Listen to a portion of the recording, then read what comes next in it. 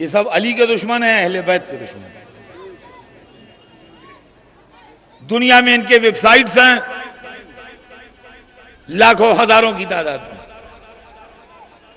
इनके मसलक के प्रोपेगेंडे की किताबें छपती हैं दुनिया की मुख्तलिफ जबानों में, डिफरेंट लैंग्वेजेस। लेकिन टोटल जो उसका है वो है कि 35,000 नई किताबें हर साल आती हैं। 35,000 न्यू बुक्स दुनिया की डिफरेंट लैंग्वेजेस में। नतीजा उसका यह हो रहा है कि आंच हमारे घर तक आ रही है। देखिए, मुझे कुछ ऐसी मसरूफियतें हो गई कि मैं लखनऊ में जो मजलिसें पढ़ता था वो अब नहीं पढ़ पाता, बाहर से नहीं आ पाता।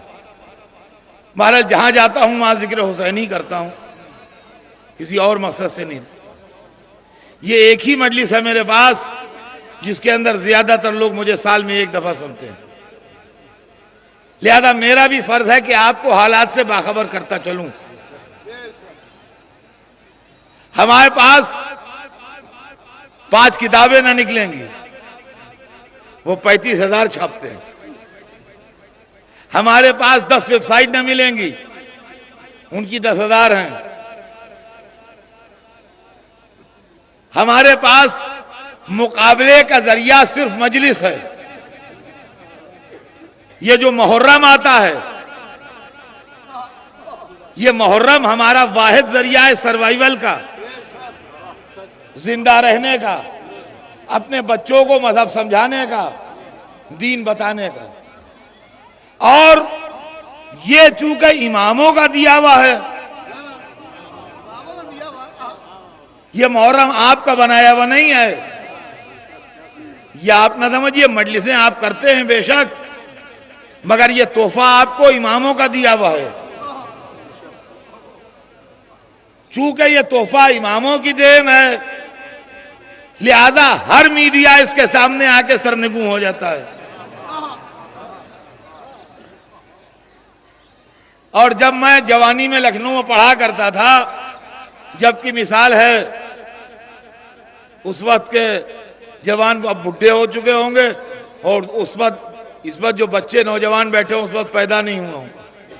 लिहाजा अपनी एक 30 वर्ष पुरानी मिसाल मुहर्रम के सिलसिले में पढ़ दूं, पढ़ी भी है, मगर नौजवानों और बच्चों के लिए नहीं होगी। कि आपने सुनार को जेवर बनाते देखा है? वो कि इतना सा वो है, उस पर बैठा वो बुंदा बना रहा है या कुछ कर रहा है, वो फूक रहा है, चिराग जल रहा है, वो खुटकुट खुटकुट खुटकुट खुटकुट खुटकुट खुटकुट कर रहा है। देखा आपने सुनार को जेवर बनाते कभी? और आपने लोहार को देखा है? इतनी बड़ी भट्टी, इतने बड़े बड़े अंगारे, इतना बड़ा लोहे का राड उसमें है, और वो लाल हो रहा है, और उधर से वो धौकनी वैसी होती है, उसको चला रहा है उसका शागिर्द बैठा हुआ है, समझे आप? और उसमें शोले निकल रहे हैं। और उसके बाद जब वो लाल हो गया अच्छी तरह, तो उसने वो लाल राड निकाला, और उसने उसके शागिर्द ने उसे संभाला, और उसने हथौड़ा उठाया जिसमें 10-20 शेर लोहे का वो लगा हुआ है, हैमर, उन्हें कस के एक मारा तो लोहा टेढ़ा हो गया। इस मंजर को देख के लखनऊ में ये मसल बनी कि 100 सुनार की 1 लोहार की।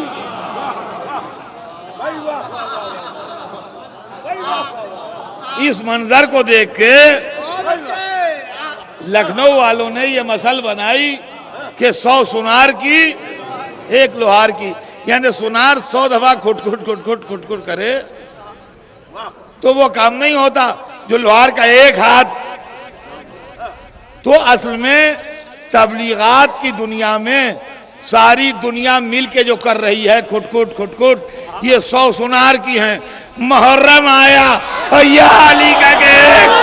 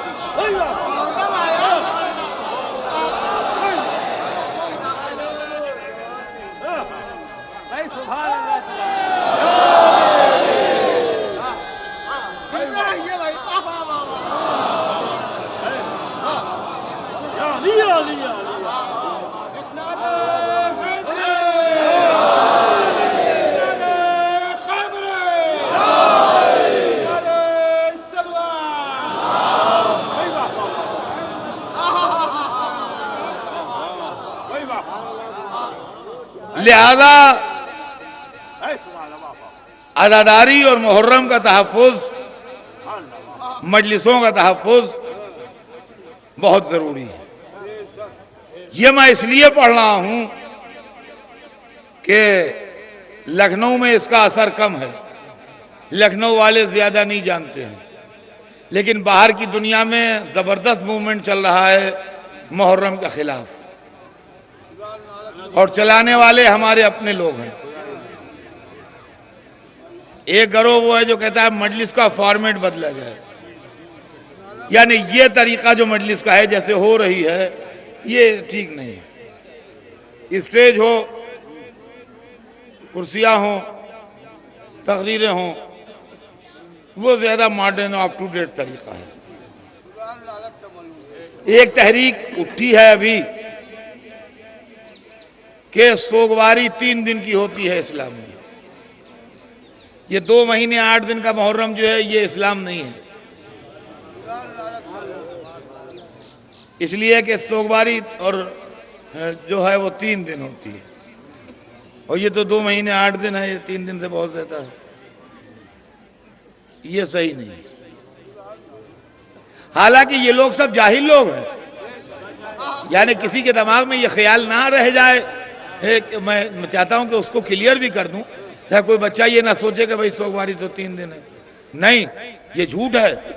रसूलुल्लाह ने बीबी खदीजा और जनाब अबू तालिब के मरने पर साल भर को आमुल हुज़्न क्यों मनाया?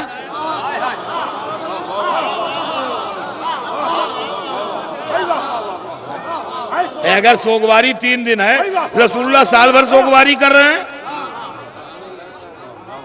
रसूलुल्लाह साल भर सोगवारी कर रहे हैं, ये कौन सा तरीका है? रसूलुल्लाह से बताना चाहिए था इन मौलवियों को कि हुजूर क्या गलती है, सोमवारी 3 दिन है।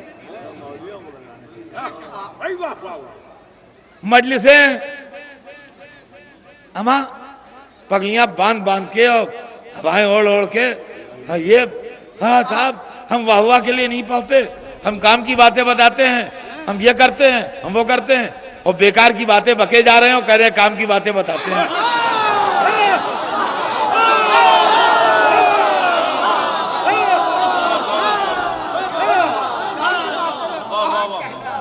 पूरे इस्लाम में सबसे बड़े काम की बात ऐलान खिलाफत बिला फस्ल हैदर कर्रार है।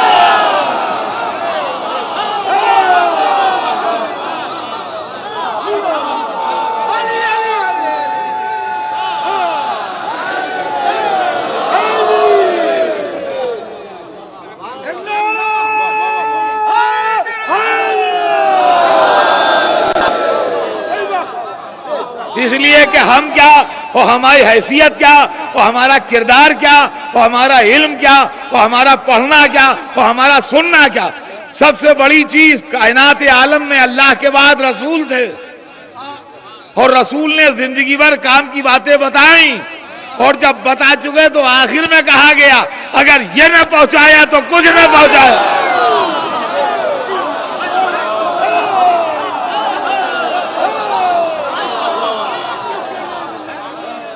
अब समझे आप काम की बात?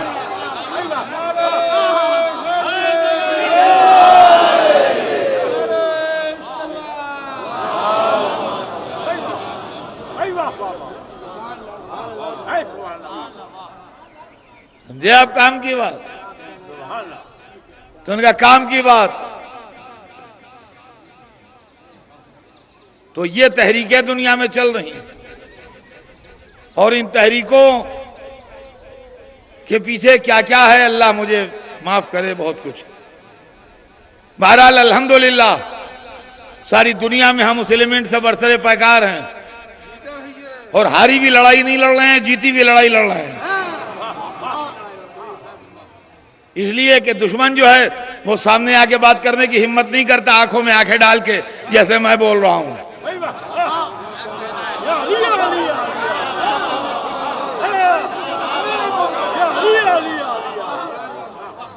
उनके पास हिट एंड रन की पॉलिसी है, मारो भागो। लड़ाई का एक तरीका है hit and run, hit and run का मतलब है हमला करो भाग लो, तो ये फरारों की शान है। हमला करो और ठहर जाओ, करार। हमारी हिट एंड रन की पॉलिसी नहीं है। हमला करते हैं हम, मगर मर्दों की तरह मैदान में रहते हैं। हदादारी वालों से जो मुखालिफत करते हैं, जो तकरीरें करते हैं, बेशक मैं इबादतों का, तबलीगात का मुखालिफ हरगिज नहीं हूं। जो मुझ पर ये इल्जाम लगाते हैं वो झूठ बोलते हैं।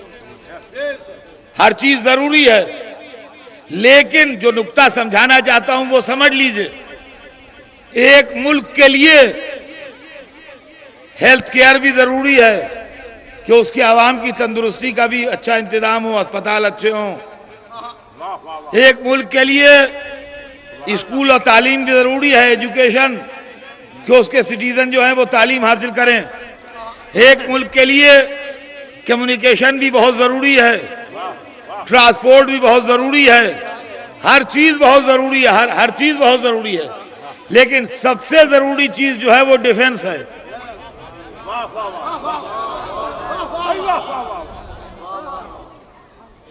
मैं अर्ली 80s में कोई जाता था मजलिस पढ़ने, 81, 82, 83 कोई देखने के काबिल शहर था। जो लोग जा चुके हैं, देख चुके हैं, इस मजमे में होंगे, वो गवाही देंगे। ऐसा चमकता और जगमगाता हुआ शहर कि देखे जाइए बस। सड़कें हैं तो बेमिसाल, इमारतें हैं तो लाजवाब, लाइटें हैं तो वैसी, अस्पताल हैं तो फर्श पर चेहरा देख लीजिए इतने साफ, स्कूल हैं तो क्या कहना, हर चीज उम्दा, सब चीज थी। उनका पेट्रोल डॉलर थे, दौलत बहुत थी, पेट्रोल की कसरत है, माल की कमी नहीं, तो क्यों ना हो, सब था। डिफेंस नहीं था। जब इराकी फौजें आई तो कुवैत के फोर्सेस 6 घंटे न रोक पाए उन्हें। नतीजा यह हुआ कि पुलिस एक्शन हुआ और पूरा कुवैत मिनटों में इराक ने कैप्चर कर लिया और बादशाह को भागना पड़ा और रॉयल फैमिली को फरार होना पड़ा।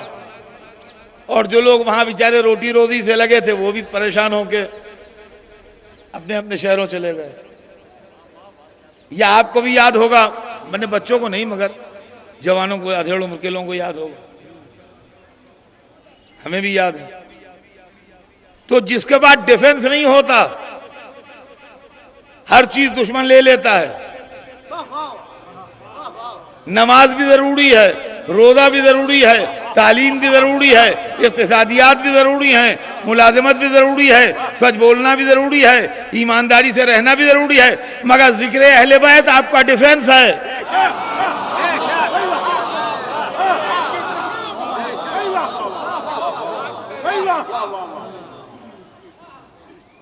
नमाजें पाबंदी से पढ़िए, कज़ा न कीजिए। कुरान कहता है अपनी औलाद को नमाज का हुक्म दो, रोजे रेगुलर रखिए,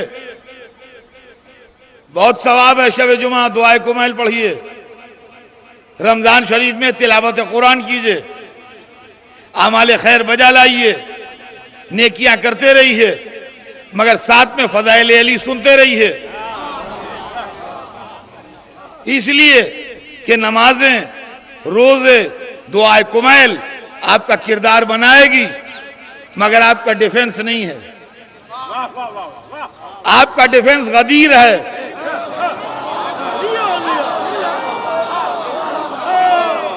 आपका डिफेंस फिदक है, आपका डिफेंस खैबर है, खंदक है, जो ये बताता है कि अली कौन है, गैर अली कौन है।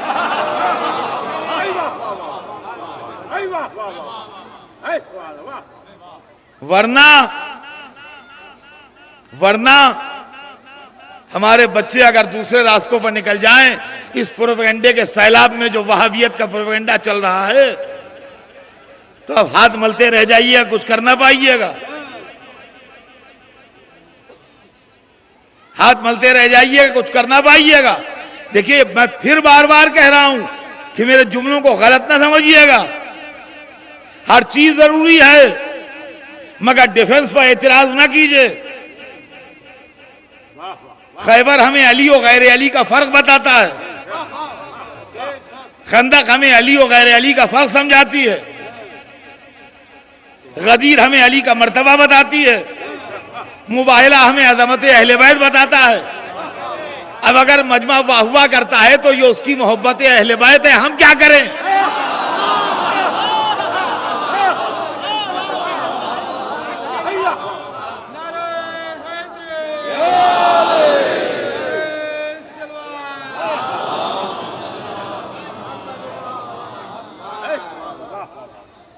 फदाइल पर हमला है, फिर आइए मसाइब पर हमला शुरू हुआ। अरे मौलवी लोग आगे पढ़ जाते हैं, रो लो जन्नत तुम्हारी है। मौलवी पढ़ जाते हैं अपनी मजलिस चलाने के लिए, रो लो जन्नत तुम्हारी। ये ठेकेदार हैं, जन्नत के दरवाजे पर डंडा लेके बैठेंगे, इसको न जाने दो, इसको न जाने दो, इसको न जाने दो।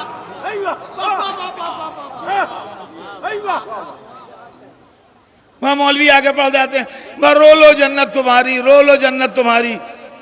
खबरदार जो किसी ने एतराज किया, पढ़ने दीजिए मौलवियों को, जितना पढ़ते हो उससे ज्यादा पढ़ो। रो लो जन्नत तुम्हारी, रो लो जन्नत तुम्हारी पढ़ने दीजिए, इसलिए कि हमारा मौलवी अपनी मजलिस में यही तो कहता है कि रोगे तो जन्नत में जाओगे, पर आया मौलवी तो कहता है सुसाइड बम्बर बनोगे तो जन्नत में जाओगे।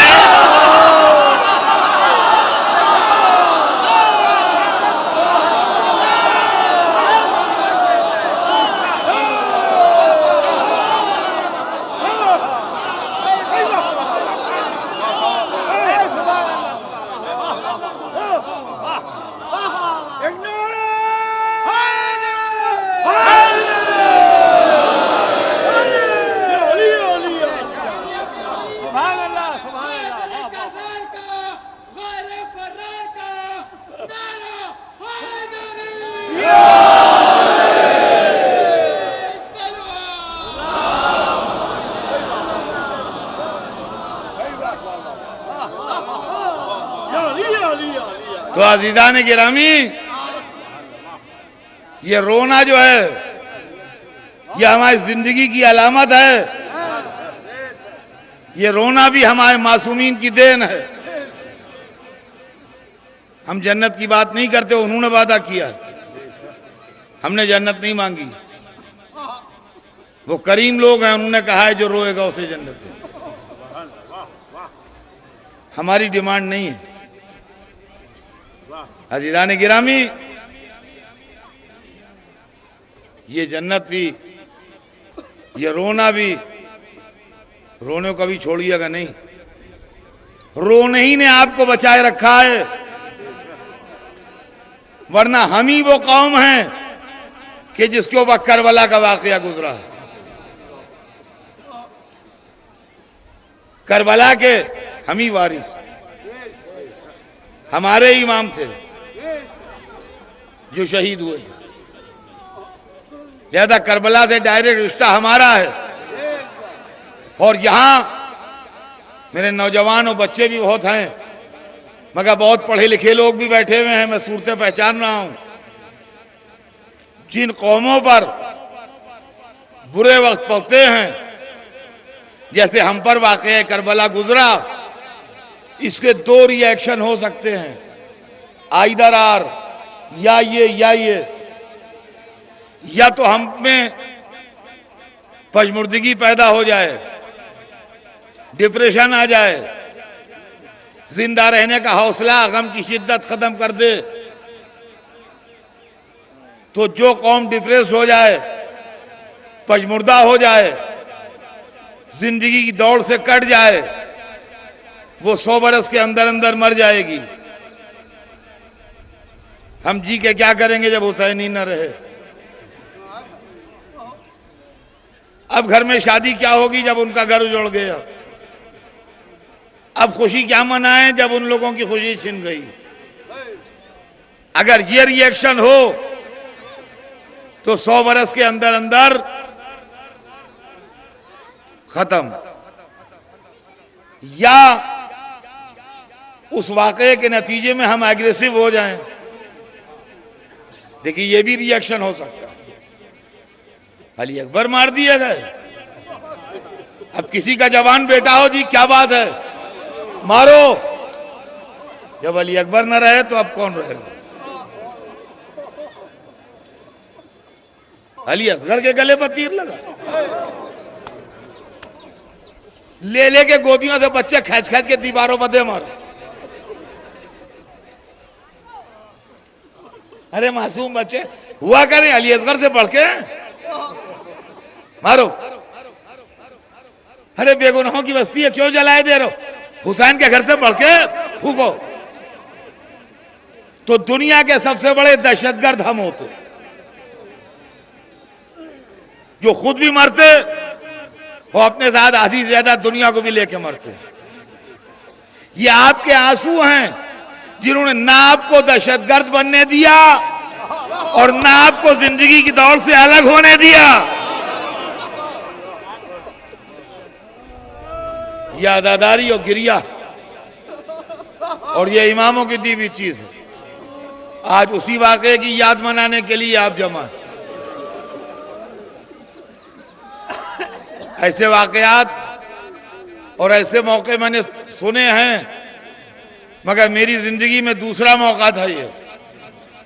एक दफा मैं हैदराबाद में पढ़ रहा था और बारिश आ गई और ऐसे ही मजमा बैठा रहा और मजलिस होती रही। यह आज मेरी जिंदगी का दूसरा मौका था कि पानी बरस के खुल गया, हुसैन के चाहने वालों में फर्क नहीं पड़ा। हाँ, प्यासों का जिक्र था,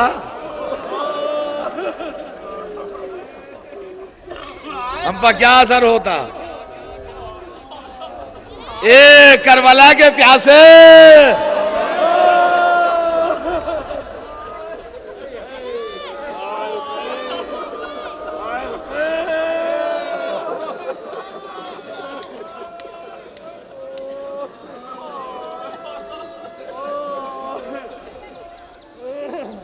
ये गुलाम, ये कनीजें, ये मर्द, ये औरतें, ये सब आपको खुदा हाफिज कहने आए। आज 28वीं रजब है, आज हुसैन का मदीने से सफर है, आज मदीना उजड़ रहा है।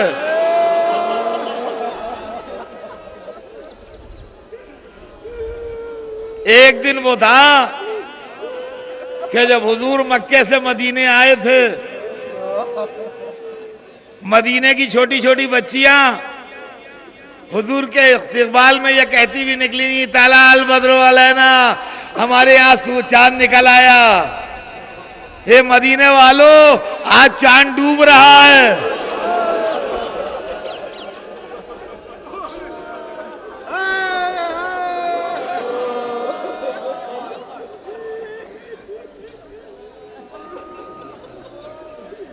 आज डूबते हुए चांद की जियारत कर लो, हुसैन जा रहे हैं, बनी हाशिम जा रहे हैं, अब्बास और अली अकबर जा रहे हैं। मुझे मीर अनीस की बैत याद आ रही है, हालांकि उन्होंने तो उस वक्त के लिए कही है जब हुसैन अलम लिए खेमे से बाहर निकल रहे हैं, बैत तो उस मौके की है।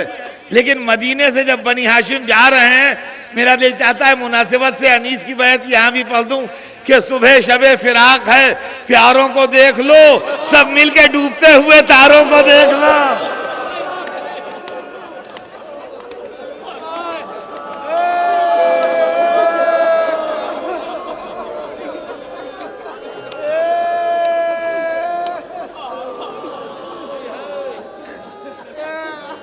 सब मिलके डूबते हुए तारों को देखो।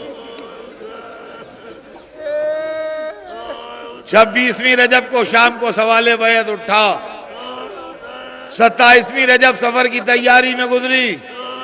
हुसैन एक एक को अलविदा कहते रहे। माँ की लहत पर गए, भाई के मज़ार पर गए, नाना के रोजे पर गए, बीबी उम्मे सलमा से मिले, बीबी उम्मुल बनीन से मिले, हजरत मोहम्मद हनफिया को अपना वसी बनाया और काफिले को लेके घर से निकले। बस कितना दर्दनाक है ये मंजर कि भरे घर में अकेले सुगरा का रह जाना।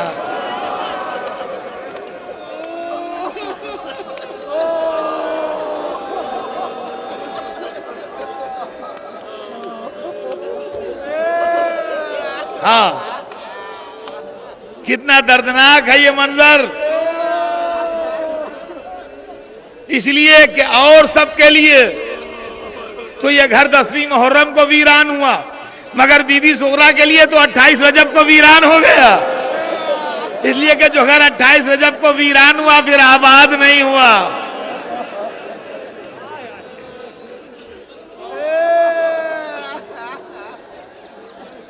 कौन कौन जा रहा है? ये ज़ैनब के लाडले हैं,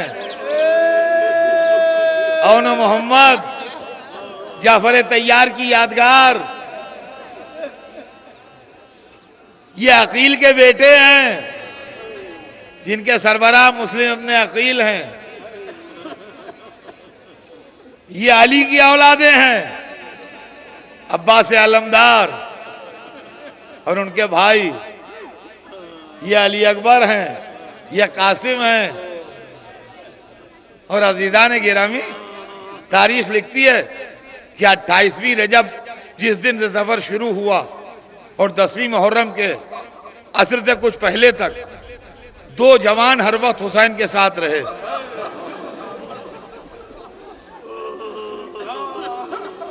एक 34 बरस का भाई, एक 18 बरस का बेटा।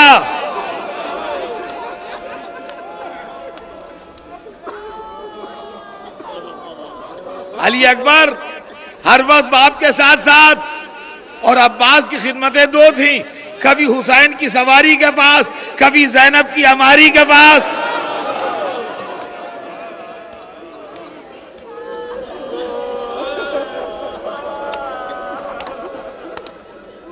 सवारियां जा रही हैं,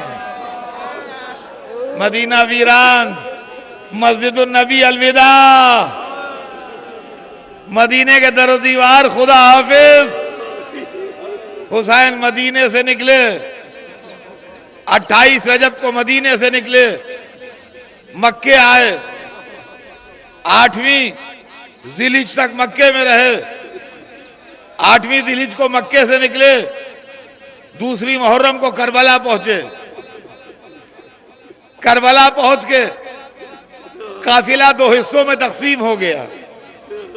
एक हिस्सा करबला में रह गया, एक हिस्सा शाम चला गया।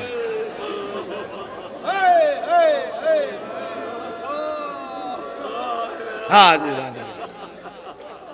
आपकी आवाजें बुलंद हैं। हुसैन की कई रुखसतें हैं। एक रुखसत मदीने से है, एक रुखसत मक्के से है, और आखिरी रुखसत असरे आशूर को क़याम अहले हरम से है। आखिरी रुखसत सुन लीजिए मजलिस तमाम। जब कोई न रहा तो दरे खेमा पर आए, आन के एक एक को आवाज दी, ज़ैनब उम्मे कुलसूम, सकीना और रुकैया, तुम सब पर मेरा सलाम हो। एक एक का नाम लिया। हद यह है कि मां की कनीज को भी नहीं भूले। ज़ैनब दरे खेमा पर आई, कहा भैया खेमे में आइए। बहन भाई को खेमे में लेके गई। जब खेमे में गए तो कहा मुझे सईद सज्जाद के पास ले चलो। बीमार बेटे से जाके कुछ बातें की, और जब उठने लगे तो बकौले मीरानीस ये कहते हुए उठे कि नाव मझधार में है शोरे तला तुम जानो, ना खुदा जाता है घर जाने और अब तुम जानो।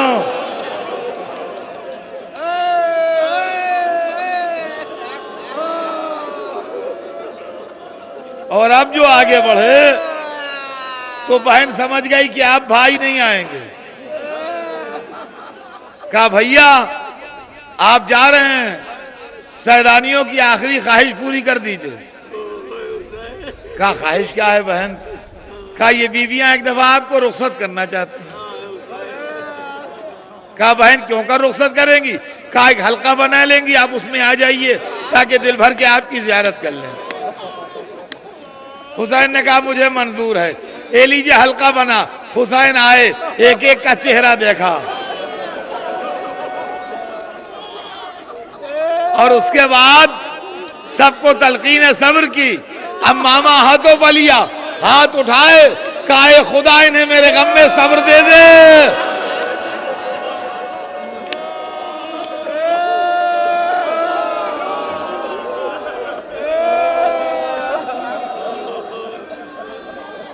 ये इमाम की दुआ थी।